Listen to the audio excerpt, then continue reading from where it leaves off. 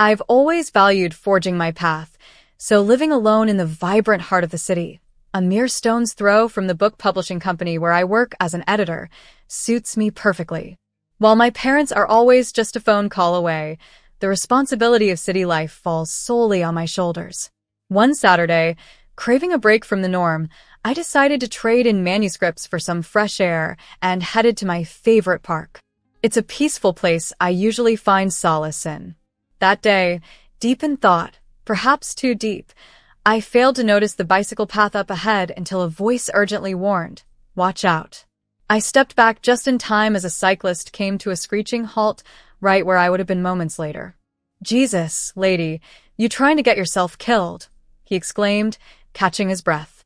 He seemed annoyed yet relieved there was no collision. Apologetically, I admitted, "I'm so sorry. I wasn't paying attention. Are you okay?" "I'm fine, no thanks to you. You've got to watch where you're going," he replied, his tone harsh, yet laced with genuine concern. Acknowledging my mistake, I thanked him for his quick reflexes. After a moment, he relaxed slightly and suggested, "All right, no harm done, I guess. But maybe keep off the bike lane, huh?" "Deal," I responded with a small smile, introducing myself. "I'm Elizabeth, by the way." "Gregory," he replied, extending his hand, which I shook. "So, Elizabeth, always this distracted, or is it just my lucky day?" "Only on Saturdays," I quipped, feeling more comfortable. We both laughed, and that awkward beginning morphed into coffee at a nearby cafe. Gregory worked in car sales, direct and blunt, but amusing. We chatted about everything from books, which he rarely read, to cars, about which I knew little. The conversation flowed effortlessly, the kind where time slips by unnoticed. "I didn't think I'd end up spending my afternoon with the woman who nearly wrecked my bike," Gregory remarked as we later stood to leave. "And I didn't think I'd be thanking the guy who nearly ran me over on our first encounter," I replied with a laugh. "Well, I guess we're both full of surprises. Can I see you again, Elizabeth? Maybe on a day when you're not in the path of moving vehicles." I nodded, smiling. "I think I can arrange that." Over the next few weeks, Gregory and I began to see each other more frequently. What started as casual coffee dates and city walks, where his straightforward manner was refreshingly genuine, evolved into late-night talks and dinners at spots that quickly became our places. The more we shared, the more I was drawn to his candid charm. As our relationship deepened, it was only a matter of time before meeting his family came up. They lived in a spacious suburban home, complete with a yard. Gregory had mentioned his mother's traditional values, setting the stage for that next chapter in our unfolding story. I was not fully prepared for the reality of meeting Gregory's family. When we arrived at their home, it was evident that his parents had been eagerly anticipating our visit. His mother, a vivacious woman with a warm smile, greeted us at the door. She embraced Gregory with a hearty hug and then gave me a scrutinizing look that lingered a little too long. "Elizabeth, dear, it's so wonderful to finally meet you. Gregory has told us so much about you," she exclaimed, pulling me into a hug that seemed more about sizing me up than welcoming me. "Thanks, Mrs. Carroll. It's great to meet you too," I responded, doing my best to mirror her warmth. We settled into the living room, and Mrs. Carroll dove right into the conversation. "So, Elizabeth, Gregory tells us you work at a publishing house. That must be quite exciting, handling books all day," she said. "It is, Mrs. Carroll. I love my job. It's rewarding to be part of the creative process," I explained, glancing at Gregory, hoping he'd help navigate the conversation. "That's nice, dear, but once you two settle down, you'll need to consider what's really important. Family should come first, and a woman's touch in the home is irreplaceable," she continued without missing a beat. Gregory's father, who had been quietly observing, nodded in agreement. "Absolutely. A stable home is the foundation of a good life, right, son?" he said, looking at Gregory. Gregory shifted in his seat but managed to respond, "Yeah, Mom. Elizabeth's great at managing her time, though. She's pretty organized and sharp." "Of course, but managing a home is different, It's a full-time commitment," his mother countered, her gaze intense as if she was trying to decode me. Feeling cornered, I cleared my throat. "I believe it's possible to balance both," Mrs. Carroll. I think a modern family can have two working parents. It's all about teamwork, isn't it? Mrs. Carroll smiled, but her eyes did not reflect the warmth of her expression. Oh dear, that's a nice thought. But in reality, children need their mother and a house needs a woman's touch, not just a quick sweep. The conversation shifted away from this point, but her words lingered. Dinner was served, and it felt like navigating a minefield. Every compliment about the food seemed like a subtle hint for me to take notes. Elizabeth, do you cook often? Mrs. Carroll asked as she served a perfectly roasted chicken. Sometimes when I can. Work keeps me pretty busy, I replied, trying to keep the tone light. Ah well, you'll find great satisfaction in keeping your family fed and your house in order, she said, passing the mashed potatoes as if imparting age-old wisdom.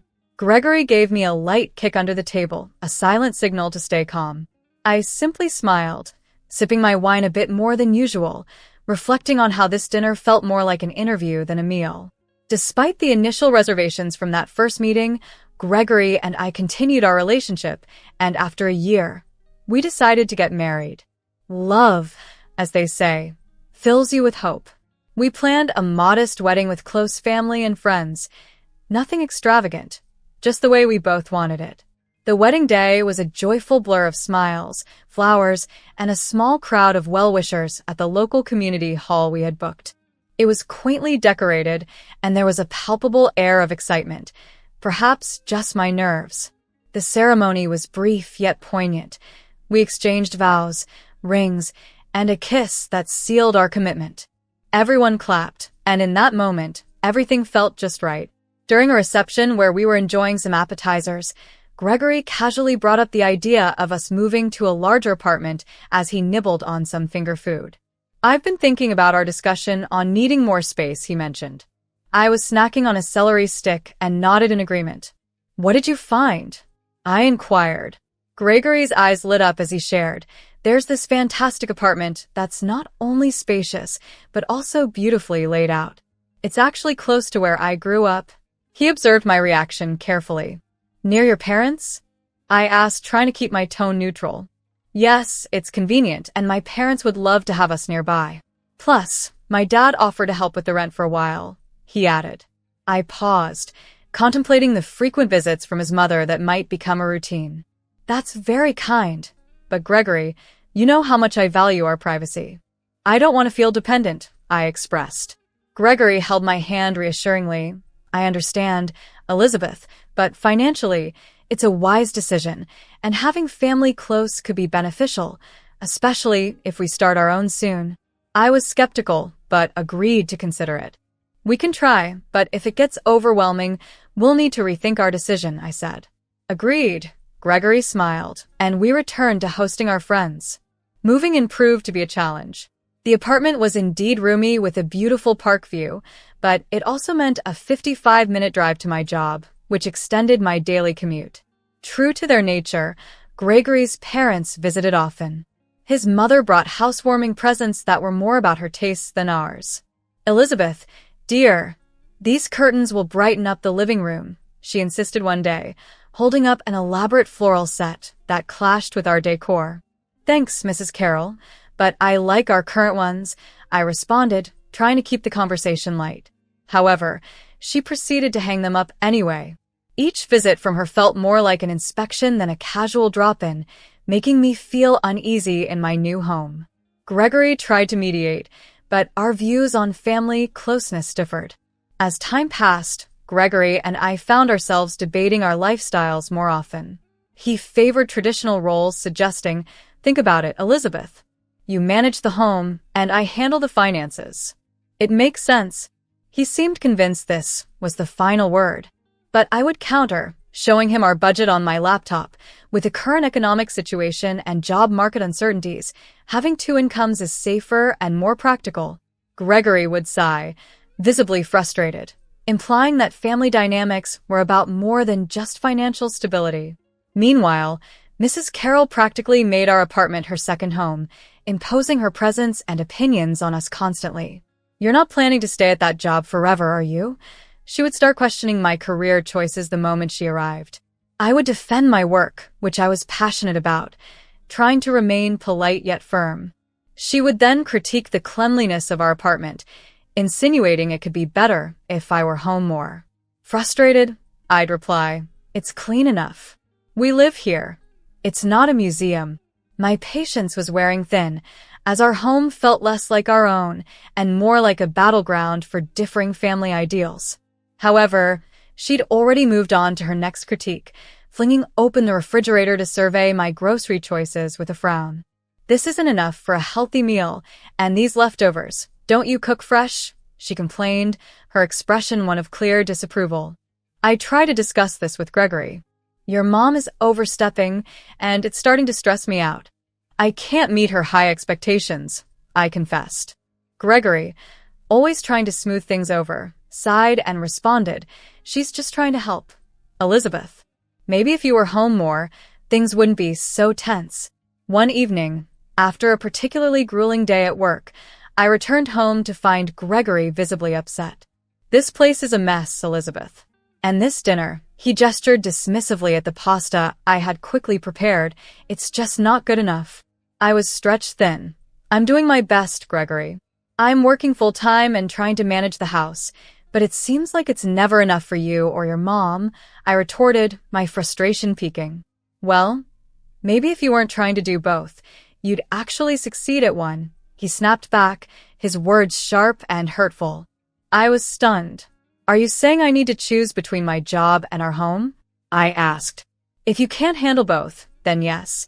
Maybe you should just be a housewife. Honestly, if things don't change, I don't see how this can work out," he threatened, his tone cold and serious. A chill ran down my spine as the man I loved gave me an ultimatum that felt like a tightening noose around my neck.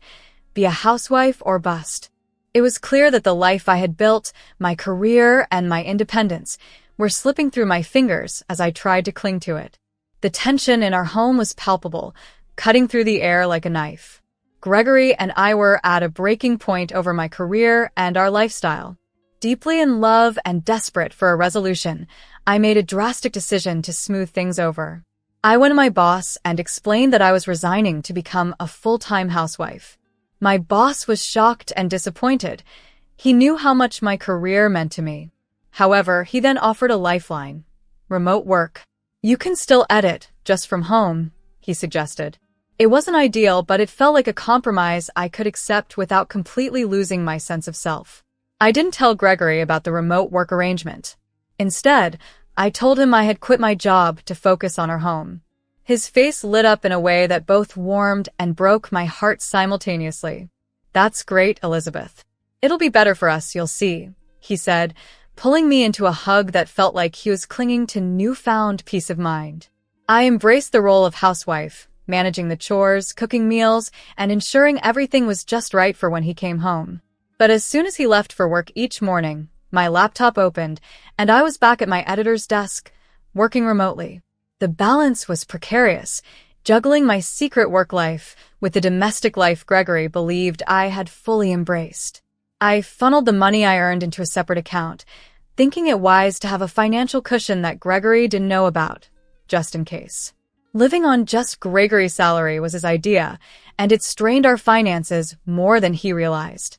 Just 2 months in, the cracks began to show. "We're running low on everything, Gregory. We need to rethink our budget." I approached the topic one evening, hoping for a rational conversation. "What are you talking about? You're just not managing our money right," he retorted. Gregory's stern voice cut through the air, his frustration evident. "You need to cut back on spending," he exclaimed, his words sharp with irritation. I felt a sting of hurt. I hadn't treated myself in ages, always on the lookout for sales and saving wherever possible. "I've been incredibly careful with our finances," I retorted, my voice tight, wounded by his accusation. The next morning, as if summoned, Mrs. Carroll arrived at our doorstep. "Gregory mentioned you're struggling with the budget. Let me show you the right way to shop," she announced decisively, leaving no room for argument. The days that followed were an intensive lesson in extreme frugality. She took me from store to store, pointing out the least expensive products, many of questionable quality. "These are what you should be buying, Elizabeth. Forget the fancy stuff. she instructed sharply, treating me more like a misbehaving child than an adult. She even taught me how to dilute dish soap to extend its use, her gaze piercing. "You'll learn to manage with less. It's for the best," she stated, more to herself than to me. She scrutinized every receipt and questioned every purchase. "Why this? There's no need for unnecessary trips when there's work to be done," she scolded upon seeing a bus ticket among my things. It was about more than just saving money. It felt belittling, as though I was constantly being watched. The strict regimen imposed by Gregory and enforced by his mother felt suffocating. One afternoon, overwhelmed, I locked myself in our bedroom and called my mom. Tears edged my voice as I shared how Mrs. Carroll's stringent budgeting tips made it feel like I was living through the Great Depression. "That's not normal, Elizabeth," my mom responded firmly. "You and Gregory are supposed to be partners. It sounds like she's taking control, and Gregory shouldn't allow it." Relief washed over me as she spoke, but it was short-lived. Suddenly, the door burst open. Gregory stood there, fury etched across his face, having overheard my conversation. Without a word, he grabbed the phone from my hand and ended the call. "A wife shouldn't be complaining about her husband and his mother like some traitor," he snapped coldly. I was stunned. "Gregory, I was talking to my mom. I needed someone to talk to." I tried to explain, but he was unyielding. The argument escalated quickly, voices raised, words thrown that couldn't be taken back. In a fit of anger, Gregory stormed out, slamming the door behind him. He was gone until past midnight, leaving me alone with my swirling thoughts of sadness and frustration. When he finally returned, the smell of alcohol hung heavily around him. His usual stern demeanor had given way to a sloppy, cruel drunkenness. "I should have listened to my mom.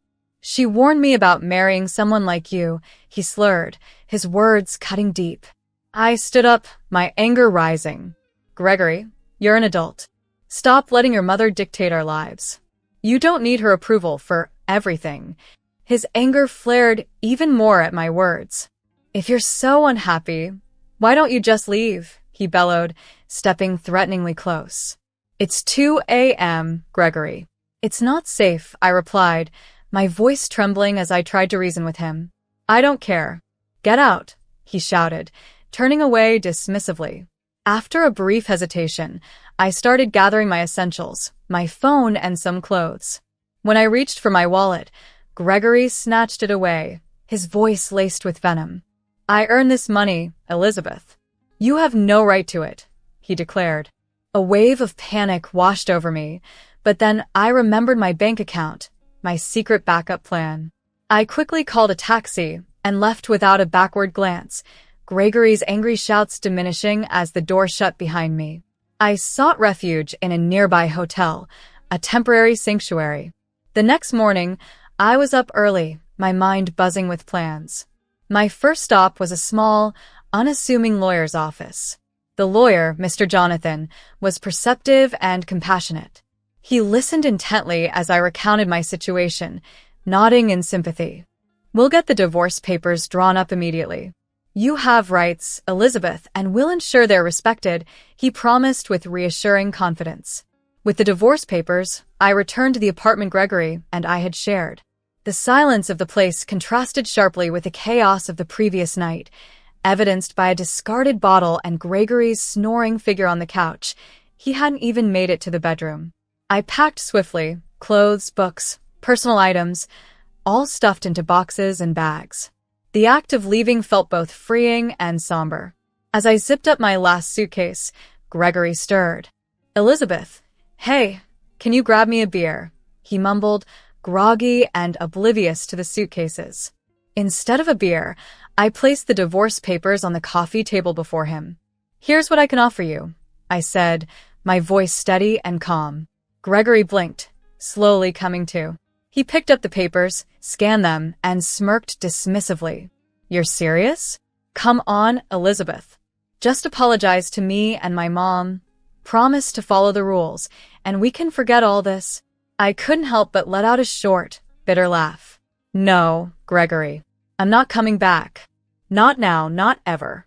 This is goodbye." I left the apartment, the door clicking shut behind me. a sound that sealed my past away. That afternoon, I moved into my own small, rented apartment. Returning to full-time work at the office, I felt rejuvenated by the familiar environment, the buzz of activity, the rhythmic clacking of keyboards, the comforting aroma of brewing coffee. I loved my job, and it was good to be back. I reconnected with friends and family, repairing relationships that had frayed during my tumultuous marriage. Over long dinners and weekend brunches, I shared laughs and stories, drawing strength from these bonds that had endured much. One late afternoon, as I was finalizing a manuscript, my phone buzzed. It was Anna, a dear friend and confidant from the city. "Hey Anna, what's up?" I answered, smiling at the sound of her enthusiastic voice. "Elizabeth, I'm so glad I caught you. Listen, a few of us are meeting this weekend at that new cafe downtown. You have to come, it's been ages, and everyone's dying to see you." The cafe meetup was exactly what I needed: laughter, updates, and a gentle reintroduction to my social life. It felt wonderful to be among friends, sharing stories and enjoying the camaraderie I had missed. As the gathering wound down, Anna caught my arm, her presence a comforting reminder of the support I had. As I was heading out the door, Anna's voice stopped me. "Hey, how are you doing, Elizabeth?" Her expression was intense, yet gentle. I paused, took a deep breath, and decided to share my truth. "I'm getting there, Anna. It's been a rough patch, but I feel like I'm truly starting to move on now." A few months into adjusting to my new yet familiar life, my phone buzzed while I was engrossed in a complex manuscript. The caller ID showed it was Gregory. With a sigh, I braced myself and answered, maintaining a calm tone. "Hello, Elizabeth. I need to talk." Gregory's voice sounded tentative and strained. "What's up, Gregory?" I asked, not in the mood for small talk. "I've been fired," he blurted out. "Things are pretty bad financially. I was hoping. Do you think you could lend me some money?" And I pressed, already anticipating the next part of his request. He continued hesitantly, and I was thinking maybe we could start over. "If you apologize to my mom and me, maybe we could try again. You could help us out." I couldn't contain my laughter. The suggestion was absurd. "Gregory, are you joking? You expect me to apologize, support you, and return to that chaos? You've abandoned your values pretty quickly, haven't you?"